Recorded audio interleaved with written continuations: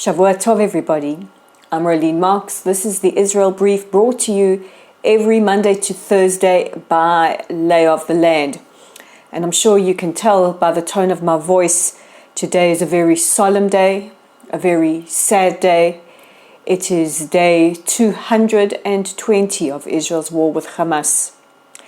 And today is going to be a very different brief. I want to speak to you, my friends and family and supporters, from a very personal space. Today is Yom HaZikaron. Yom HaZikaron is Memorial Day here in Israel, where we remember our fallen soldiers and victims of terror. Since the creation of the State of Israel, 25,040 soldiers, those serving in the security forces, police, first responders, have fallen in defense of the State of Israel.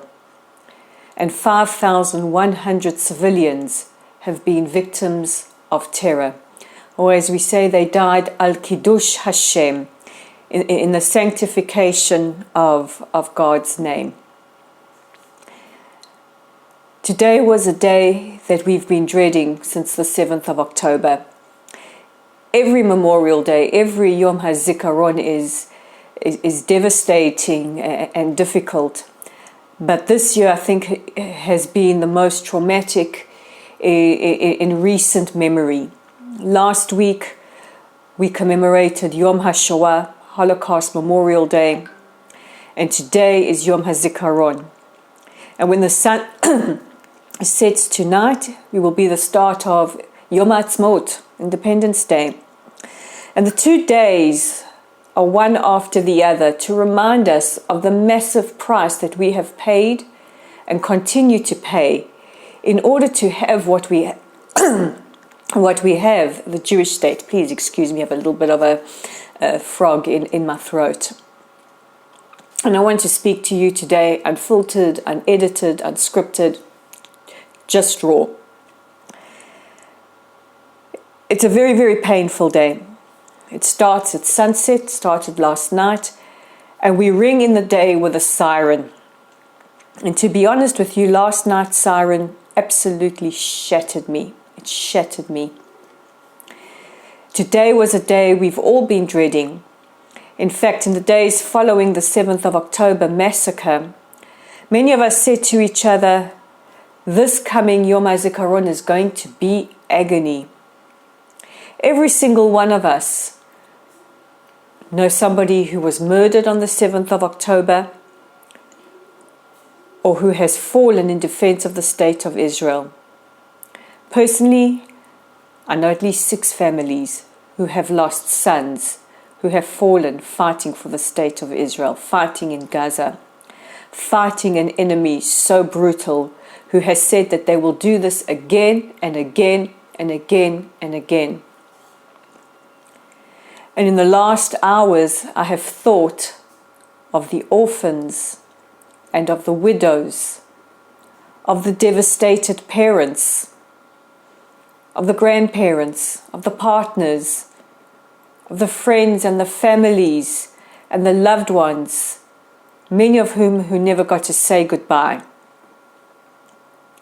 Today I think of 132 families praying, hoping that we will see the release of their loved ones and they will be returned to us. We know that many who Hamas have in their possession have been murdered by them. We want to return those bodies to what we call Kevei Israel, to a burial in Israel. We think of our men, of the women trapped in the terror tunnels by Hamas, who are being sexually violated. We think of the 2 little boys, Kfir and Ariel Bibas, taken with their father and their mother. We think of our elderly. Today we think of the many, some whose names we know, some whose names we will never know, who paid the ultimate price by laying down their lives. Today we think of 24 canine warriors, those incredible dogs who in the last 7 months have paid with their lives so that we can live in freedom and security, who saved the lives of many of our soldiers as they went into the booby-trapped houses and tunnels in Gaza.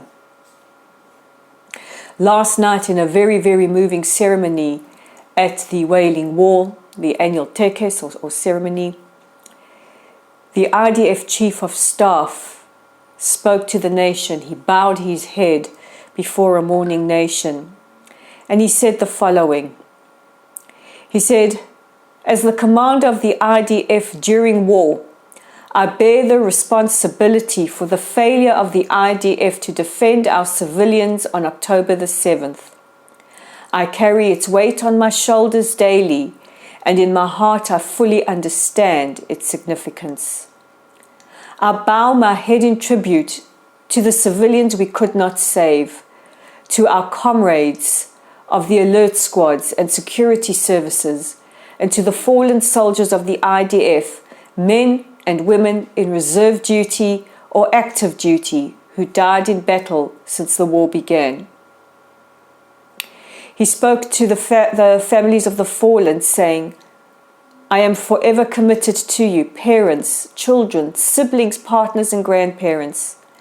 I stand humbly before your courage to endure pain, to gather the strength each day despite heavy loss, and fill the void with meaning. In this war we are resolved to complete our mission, and although we realize the heavy cost, as long as our enemies rise against us, we shall stand guard, ready and willing, and respond forcefully to any attempt to harm us and strike down those who seek our destruction." President Herzog spoke to the nation before that. He said, in the presence again of our temple, the remnants of our temple, he says, we come here to cry. There is a tear in our heart, a tear in the nation's heart. And he said, we do not seek war, we seek peace, but we will not lay down our sword in the face of those who seek our destruction. For those of us who live in Israel, the last 7 months have been unbearable. The date today might be the 13th of May, but for us it is still the 7th of October. For us, we still hear the cries. The wound is still raw, the graves are too fresh. For us as a nation, Hamas came for us, Jew, Christian, Muslim, Druze, Bedouin, foreign national. We died together. Today we are fighting together. Many of our communities have lost loved ones together. We are mourning together. We bow our heads together. We console each other. In these last remaining hours of Yom HaZikaron, we have time to reflect and give thanks to 25,040. We salute them. We thank them for their sacrifice.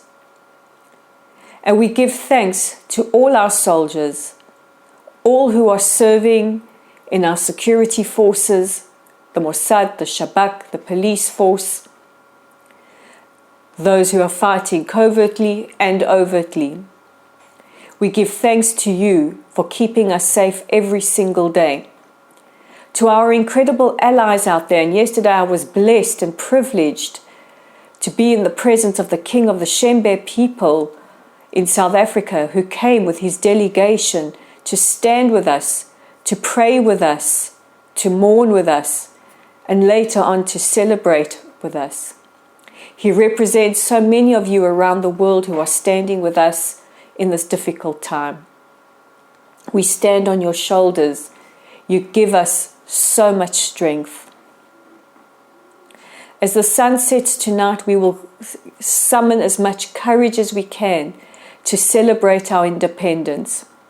We know all too well, especially as anti-Semitism rises around the world to levels that we only saw in 1939 and the 1940s. But we know we are not alone. We know we are not alone because we have you. And we know we are not alone because we have a country to call our own. This one, the state of Israel, and we have an army to defend us. And if need be, if we defend ourselves alone, if the world closes its doors as it did some 80 years ago, this time we fight back. We fight back at tremendous cost, but we fight. I leave you with this prayer. May all those who have fallen in defense of the state of Israel and as victims of terror, may your memories be forever blessed. May your families be forever comforted. May you rest in eternal peace in the most heavenly place reserved for the most holy. God bless you all. Thank you for listening. Take care of yourselves. Take care of each other. I'm Rolene Marks. This has been the Israel Brief.